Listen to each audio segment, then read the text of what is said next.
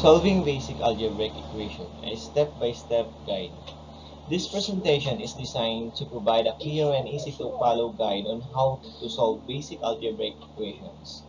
We will be working through an examples problem step by step, demonstrating the techniques and method used to find the solution.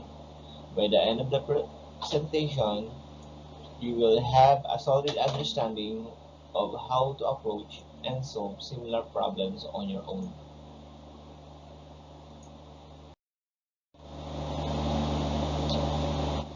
Problem statement.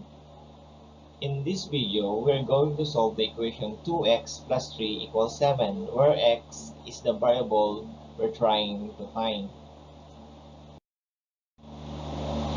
Step 1. Start by isolating the variable x on the side of the equations. To do this, subtract 3 from both sides of the equation. This simplifies to 2x equals 4. Step 2. Now divide both sides of the equation by 2. 2x over 2 equals 4 over 2. The variable x is now alone on one side of the equation and we have x equals 2.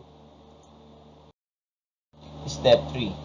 So the solutions to the equations 2x plus 3 equals 7 is x equals 2.